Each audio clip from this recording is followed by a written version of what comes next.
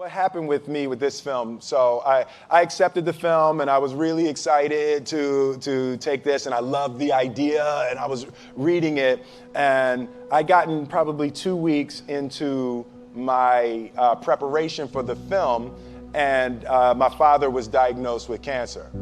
And I was like, first it stunned me, and then it was the magical work of the universe. I could not believe that this was the film I was working on, and I was, forced to face, my father's mortality. So it was rough for about a week, and I got it together, and I decided that we would use the process of the character who was suffering a loss, and I would share my preparation with my father. And so we just started talking about love, time, and death. And it was some of the most open and powerful conversations that we'd ever had. And they gave him 6 weeks, and he lived for 4 months. So about 3 months into the 6 weeks, I go to see him one day, and he said, "Man, this shit is embarrassing." And I said, "What, Dad?" He said, "Man, you tell everybody you gonna be dead in 6 weeks. 3 months later, you still hanging around." Miss that, Dad. Yeah, I know, right? But it was so beautiful, and we got to a place that we were talking open and comedically, and really, I think I was able to embody the ideas of the loss and also the redemptive quality of the pain. The loss is bound to joy. Like pain and suffering are bound to joy. The being able to survive something is actually a big part of being able to find that next wave of joy. You appreciate smaller things, right? Like, it was so magnificent for me. My father died on November 7th. But it was so powerful for me to be cleansed of box office. Like, I don't need the box office to be huge on this film. I don't need to win any awards. I don't care. It was the film that I worked on that I was actually able to comfortably and beautifully say goodbye to my father.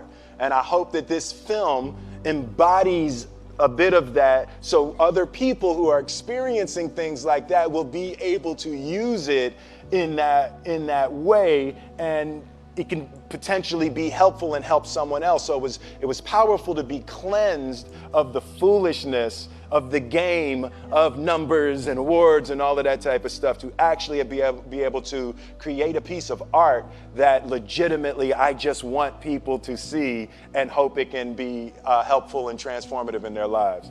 Yeah, like if there was one concept that I would suggest to people to take a daily confrontation with, is fear.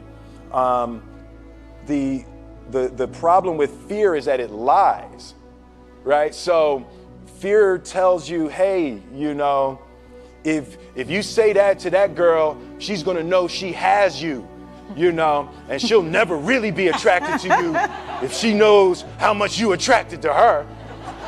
Don't say that. No, how we get her is when she walks by, ignore her. Right, it's a smooth. It's like, pop it on your shoulder. Fear tells you dumb shit like that, right? So, for me, the daily confrontation with fear has become a real practice for me since about three years ago. I went skydiving in Dubai, right? And skydiving is a really interesting confront with fear, right? So I gotta stand up. I'm sorry, I gotta stand up. All right. So all your friends, what happens? You go out. I dropped my thing. Yeah. So what happens is you go out the night before, and you take a drink with your friends, and somebody says, "Yeah, we should go skydiving tomorrow." And you go, yeah, we'll go skydiving tomorrow, yeah, yeah, and you go, yeah, and everybody goes, yeah, right? And you go home, and you by yourself, you're like, right? You're like, well, I mean, they was drunk too, right? So maybe they not, maybe, I mean, we don't have to go, we don't have to do it. So then that night you're laying in your bed and you just keep, and you're terrified. You keep imagining over and over again jumping out of an airplane, and you can't figure out why you would do that, right? And you're laying there and you have the worst night's sleep of your life, but you still have the hope that your friends were drunk, right? So you wake up the next day and you go, down and you say where you were going to meet and everybody's there. You're like, oh, shit. All right, cool, right? So you get in the van and you don't know that your friends had the same night that you had because they're pretending like they didn't. They're like, yeah, man, my uncle's a Navy SEAL and this is going to be great. I've been looking forward to this. And you're like, oh my God. And your stomach is terrible. You can't eat and everything, but you don't want to be the only punk who doesn't jump out of this airplane. So you get there and then you have this safety brief. And you're standing there, and the guys will tell you, well, if the chute doesn't open, what's going to happen is well, why the hell, what could happen?